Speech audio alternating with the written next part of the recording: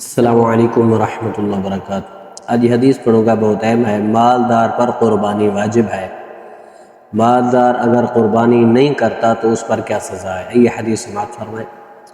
حضرت ابو ہریرہ رضی اللہ تعالی عنہ سے روایت ہے کہ سیدنا رسول اللہ صلی اللہ علیہ وآلہ وسلم نے ارشاد فرمایا، من کان له مال فلم یضح فلا یقربن مصلانا۔ یہ حدیث المستدرک علی الصحیحین کے اندر موجود ہے۔ اس کا جو نمبر ہے 7565۔ آئیے اس حدیث کا ترجمہ سماعت فرمائیں۔ حضور علیہ السلام نے ارشاد فرمایا، جو مالدار ہونے کے باوجود قربانی نہ کرے وہ ہرگز ہماری عیدگاہ کے قریب نہ آئے۔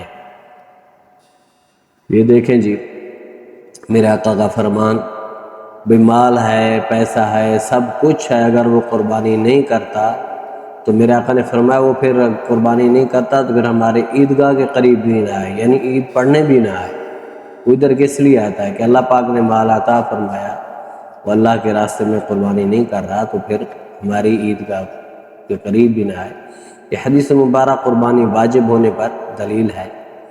ایسی وعید ترک واجب پر ہوتی ہے، لہٰذا گھر میں جتنے افراد مرد و خواتین مالک نصاب ہوں ان سب پر لازم ہے کہ قربانی کریں۔ گھر کے سربراہ یا کسی ایک فرد کے قربانی کرنے سے باقی اہل خانہ بری ذمہ نہیں ہوں گے، اس لیے کہ جتنے بھی مالک نصاب ہیں، جن کے پاس 1.5 لاکھ روپیہ یا پھر اس کی قیمت کا ان کے پاس مال ہے تو ان سب پر قربانی واجب ہے۔